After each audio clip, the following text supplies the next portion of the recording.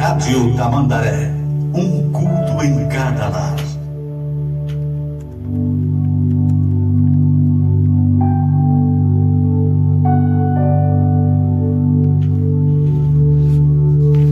Muito bem, graças a Deus, queridos, estamos ao vivo, aqui diretamente dos estúdios, né, da Rádio Tamandaré. Eu quero trazer uma palavra de Deus no seu coração. Hoje, dia 6 de janeiro ainda. 6 de janeiro é um sábado, madrugada, e eu quero trazer uma palavra de Deus para o seu coração. Você que me acompanha pelos 890M, você também que me acompanha através do aplicativo Rádio Tamandaré, muito obrigado. Pelo Facebook também, muitas pessoas acompanhando através, do YouTube. E para nós é uma honra, é um motivo de muita alegria, tá bem?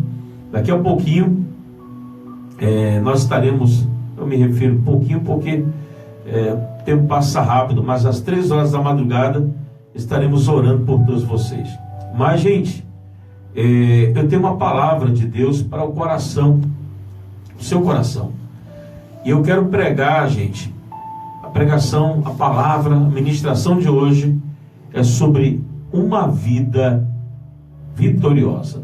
Mensagem amiga, comunicando pastor Adevaldo Oliveira.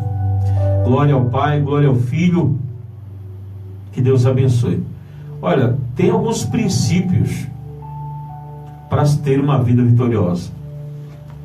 Sabe, o conceito vitória, gente, muitas das vezes é mal interpretado, né? Por nós mesmos. O que é ter uma vida vitoriosa? Quais são os princípios de uma vida vitoriosa? Um passado de glórias não é garantia de um presente vitorioso. Não. Quando o Senhor, tem um trecho do Salmo 126, anote aí, vamos abrir as nossas Bíblias, já para começar, sem mais delongas, tá? Salmo 126, em nome de Jesus. Pega a sua Bíblia nas suas mãos e localize, por favor, Salmo 126. Eu tenho uma tradução aqui no meu notebook, e também tem uma tradução aqui. Eu sempre abro a Bíblia do computador e tenho também a minha Bíblia física, né, que era de praxe, eu não descarto ela de jeito nenhum. E sempre eu trago uma tradução diferente, você já percebeu, né? Eu nunca prego com uma tradução apenas, porque é bom a gente sempre pregar a palavra, às vezes tem um sentido diferente e ajuda, às vezes, na interpretação um pouco melhor. Mas vamos lá, Salmo 126, versículo 1. Quando o Senhor restaurou a nossa sorte, ficamos como quem sonha. Aleluia. Salmo 126, versículo 1. Tem uma outra tradução aqui. Essa tradução é a Nova Versão Internacional. Eu vou ler aqui, já é diferente. Ele diz: quando o Senhor trouxe os cativos de volta a Sião, foi como um sonho. Na verdade, as palavras mudam, mas o sentido é o mesmo. Aí diz aqui, com efeito, isso é o versículo 3. Vamos lá. Vamos ler o 2. Então a nossa boca encheu-se de riso, a nossa língua de cantos de alegria. Aí ele diz, até nas outras nações se dizia, as outras pessoas falavam, diziam assim: o Senhor fez coisas grandiosas por este povo. Aí no 3 diz assim, sim, coisas grandiosas fez o Senhor por nós, por isso estamos alegres. Esse versículo aí, quando nós escolhemos, inclusive compõe o tema da camisa do Ministério Missionário 100% Jesus, do aniversário, viu, Sérgio? Nós escolhemos esse versículo.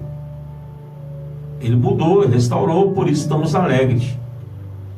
Então, nós devemos estar atentos para não cairmos nas acomodações. Não, não, não. Nós temos que nos manter firmes, nunca descanse, baseado nas conquistas do passado. Porque tem pessoas, o que acontece? Escute, ela alcançou, ela conquistou, e ela chegou num patamar, e de repente, ela vai acomodando. Porque ela diz, eu tenho experiência, eu tenho tempo de obra, eu tenho tempo de igreja, eu sou crente há muitos anos, eu nasci na igreja, berço evangélico.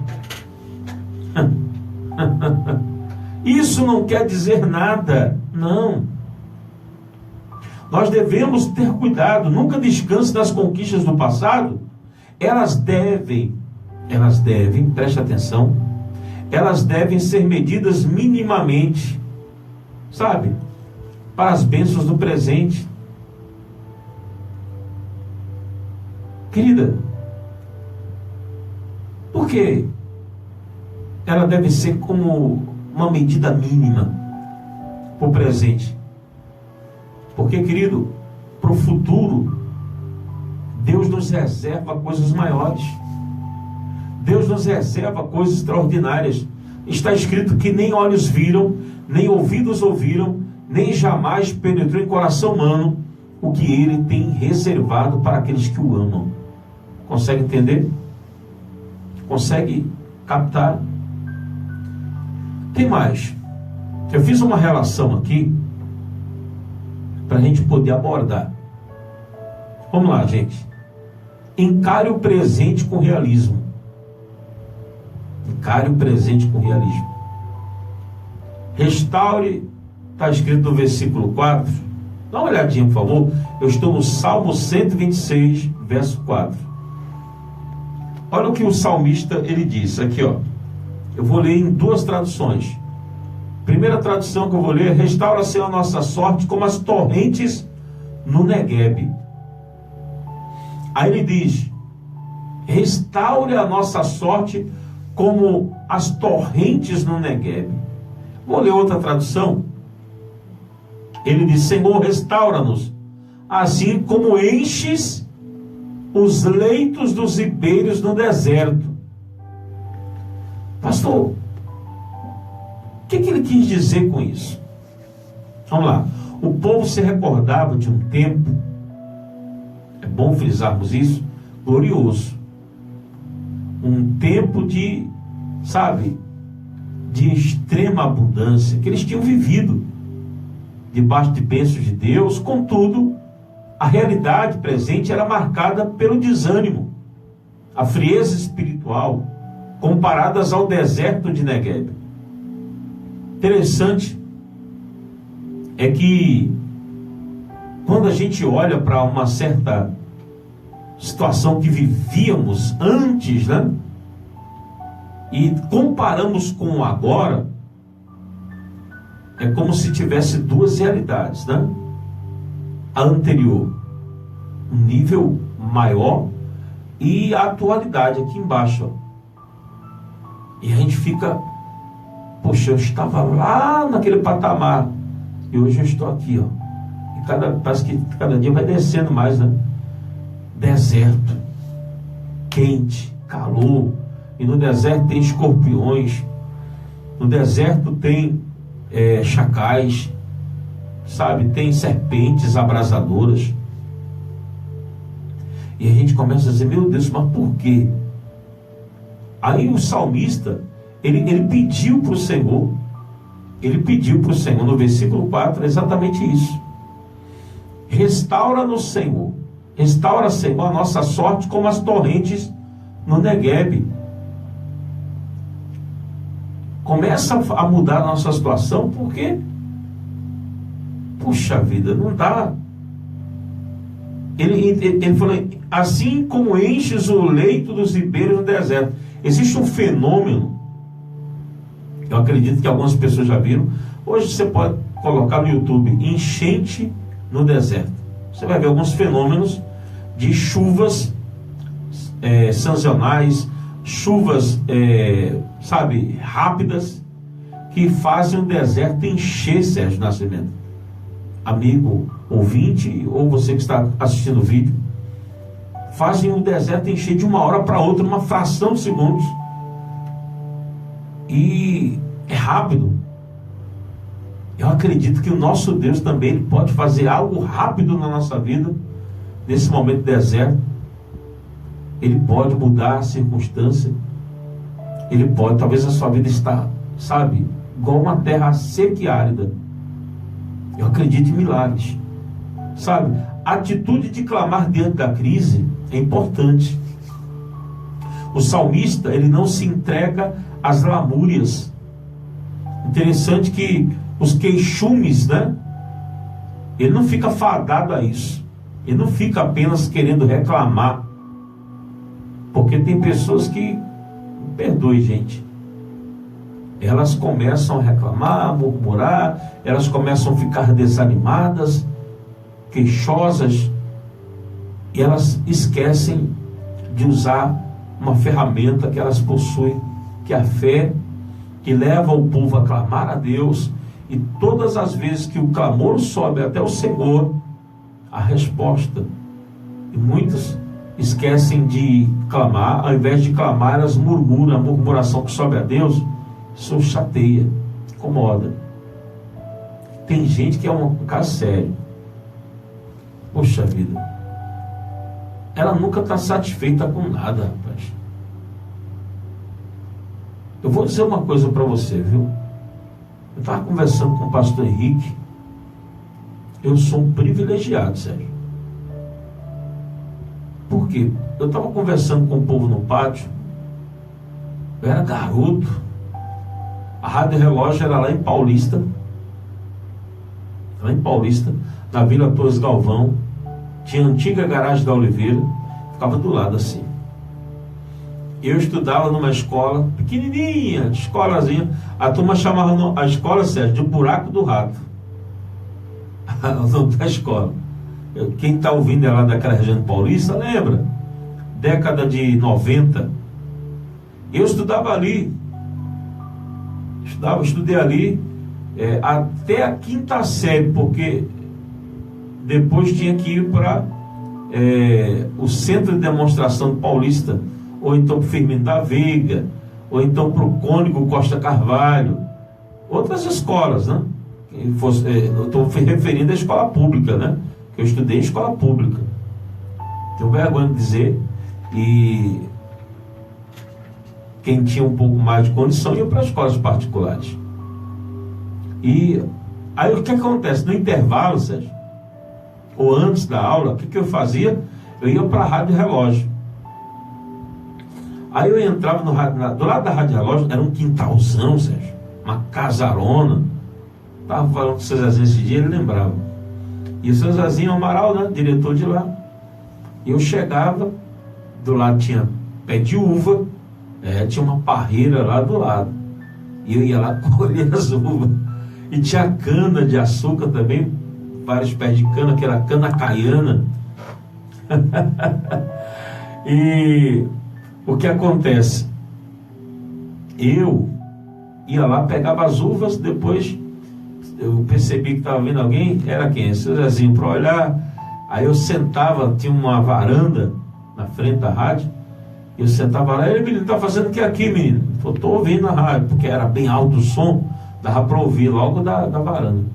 Pode ficar aqui não sei o quê. Aí eu falei, um dia eu vou trabalhar aqui nessa rádio. Era garoto, tinha acho que uns 13 para 14 anos, não mais do que isso. E ele, você um dia vai trabalhar aqui? Estuda não? E tal, sei o que, aquela coisa. Aí passou o tempo e a ficha cai. Olha onde eu estou. Ah, pastor, mas o senhor está na Tamandaré. Mas o grupo é o mesmo, né?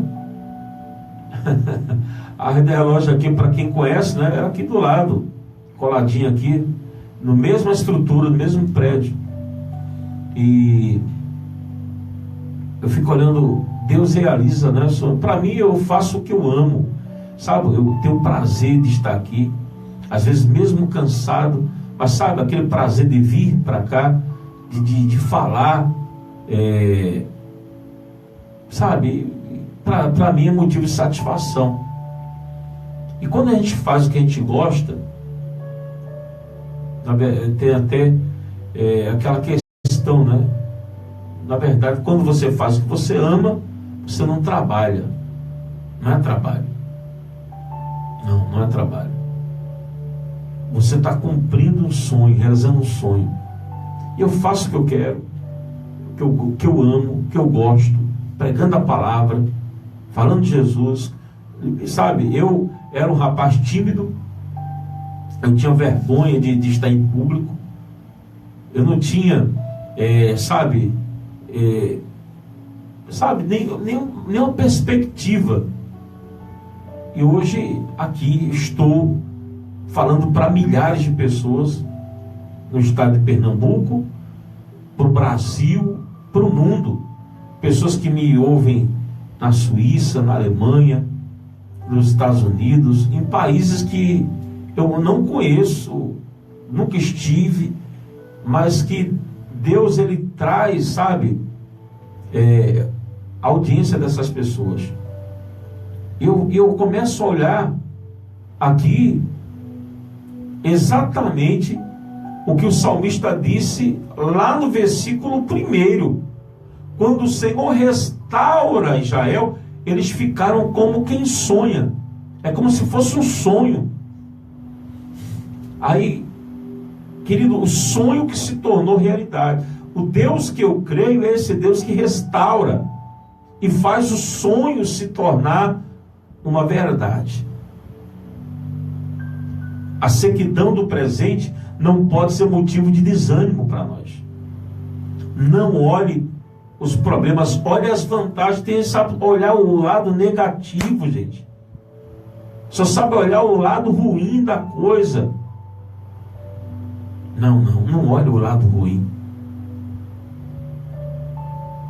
Anime-se, pois numa visão de fé, os lugares secos, os lugares difíceis, são prenúncios de mananciais. Acredite nisso. O melhor está por vir, gente. Acredite nisso. A sequidão do presente não pode ser motivo de desânimo para nós. Nós temos que acreditar que Deus está restaurando a nossa sorte. A restauração é a obra soberana do Senhor.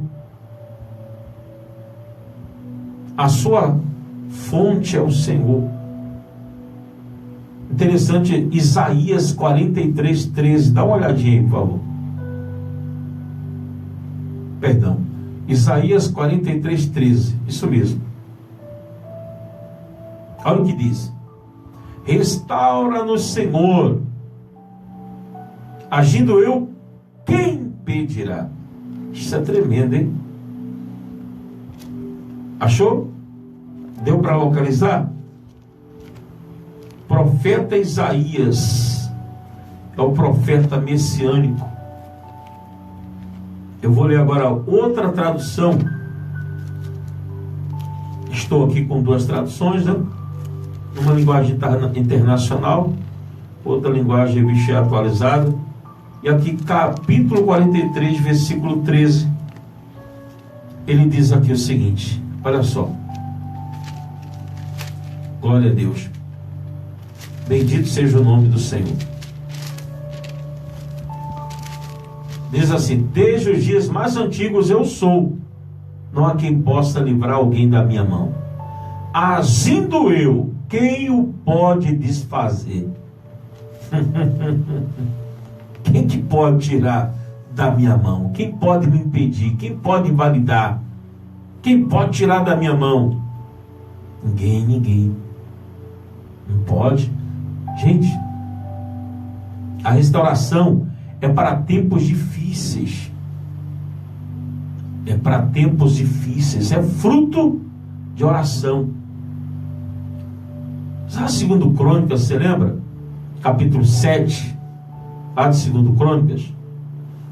O versículo 14, dá uma olhadinha, por favor. Se você puder localizar. Diz assim, ó. Se, é uma condição, o meu povo que se chama pelo meu nome, se humilhar, orar, me buscar, se converter dos seus maus caminhos, então eu ouvirei dos céus, perdoarei os seus pecados e sararei a sua terra. Forte, hein? O milagre de Deus que traz abundância, fartura, satisfação, plenitude em todas as áreas da sua vida. Interessante que ele diz, se. É uma condição, você está condicionado a isso. Se você que se chama, né? Você diz que é homem de Deus, você diz que é mulher de Deus, você diz que é servo de Deus, você é chamado como pelo nome do Senhor. Este é o meu servo, esta é a minha serva. Se você se humilhar, eu falei de humilhação ontem, lembra? Porque tem gente que não é humilde. É verdade, esses últimos dias eu falei disso, dessa questão de humildade. Se você se humilhar, não é se humilhar diante de homem nenhum, não, se humilhar diante de Deus. O povo de Deus não nasceu para viver debaixo, se capaz de ninguém. Isso não é sinônimo de humildade, não, né? Tem gente que acha que humildade, confunde, né? Humildade é ser uma pessoa simples. É uma pessoa sem prepotência, desprovida de arrogância. Você é uma pessoa simples. Pessoa simples, fulano anda de Havaiana. Você pode andar, meu irmão, sabe, vestido de Armani. Você pode vestir, sabe, marcas famosas, né? Você pode usar perfumes sofisticados. Você pode comer nos melhores restaurantes e ser uma pessoa humilde. Eu não estou me referindo a status, estou me referindo a caráter. Porque tem pobre que não é humilde. Eu conheço. Ele come ovo e arrota caviar.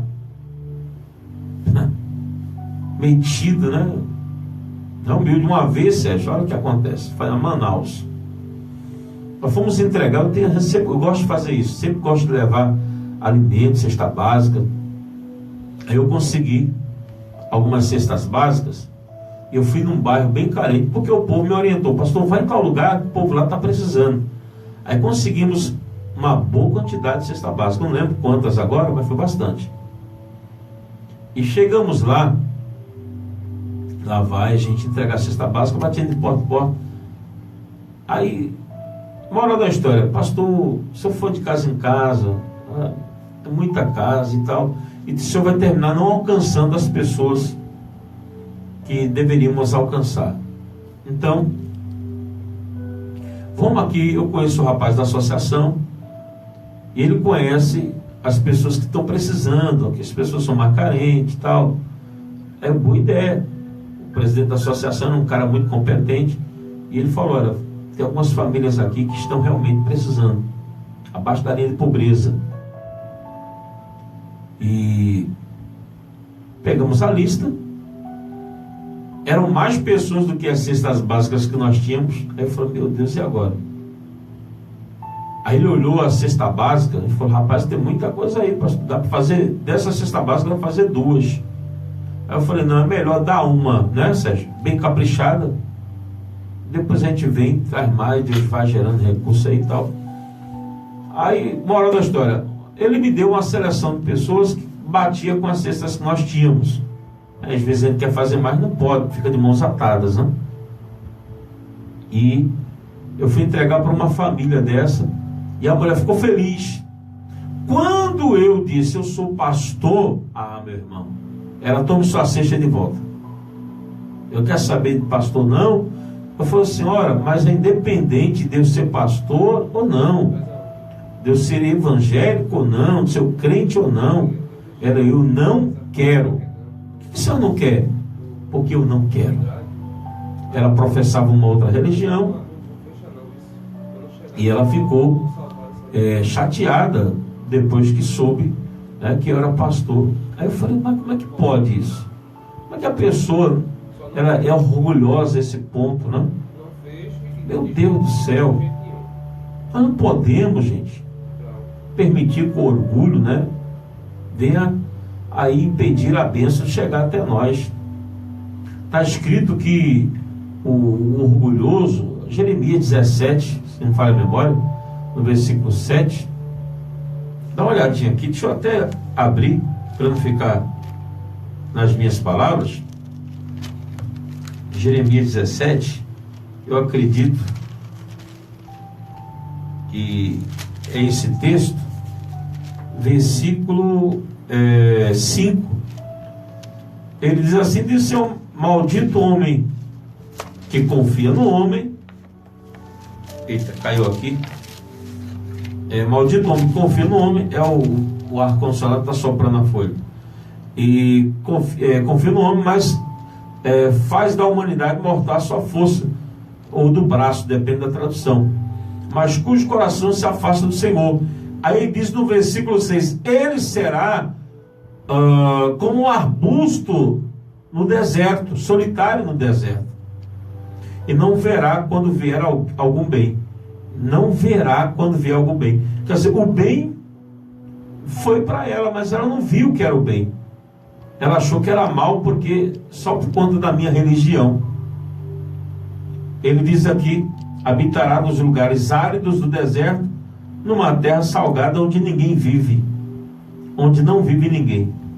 Quer dizer, perdeu a bênção por conta de arrogância, né? Me perdoe, falta de humildade.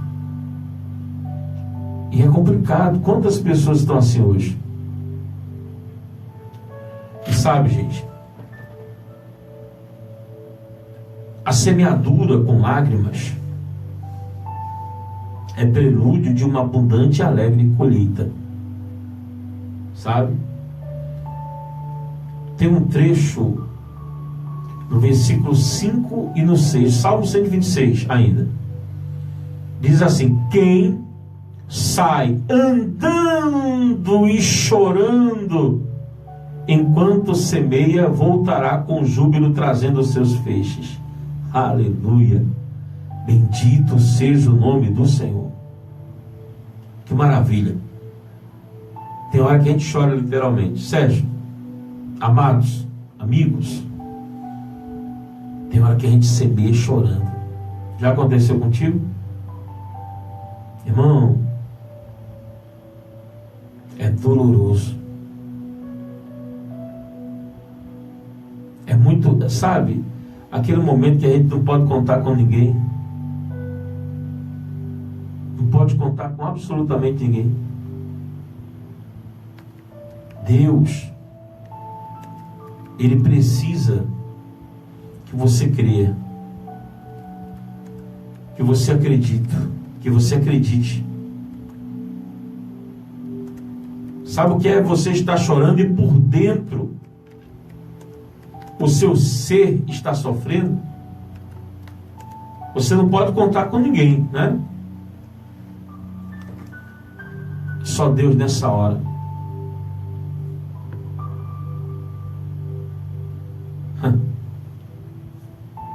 Muitas pessoas estão vivendo um momento terrível. Muitas pessoas estão vivendo um momento tão terrível que... E elas perguntam: como que eu vou sair dessa? Como é que eu vou me livrar dessa situação? Como você vai sair não importa. O que importa é que Deus, Ele vai tirar você. Ele vai resgatar você. Ele vai livrar você. Por mais que seja duro de aceitar, sabe? Pessoas dizem: puxa, eu estou no pior momento da minha vida, pastor. Deus cuida de você. O caminho da restauração, ele requer investimento de quebrantamento. Tá? Nós devemos, resistir à tentação dos atalhos. Vai ter muitos atalhos para o sucesso. O atalho da desonestidade, da infidelidade, da mentira. Existem várias setas apontando para o caminho da facilidade. Mas continue firme no teu propósito. Muita gente não vai te dar mérito, vai te criticar, vai falar mal de você. Trabalho duro, semeadura com lágrimas é o caminho para o sucesso. Madrugadas, chorando, se esforçando, subidas ao monte, lugares da oração. Deus, a seu tempo, multiplicará o fruto da tua sementeira. Consegue entender?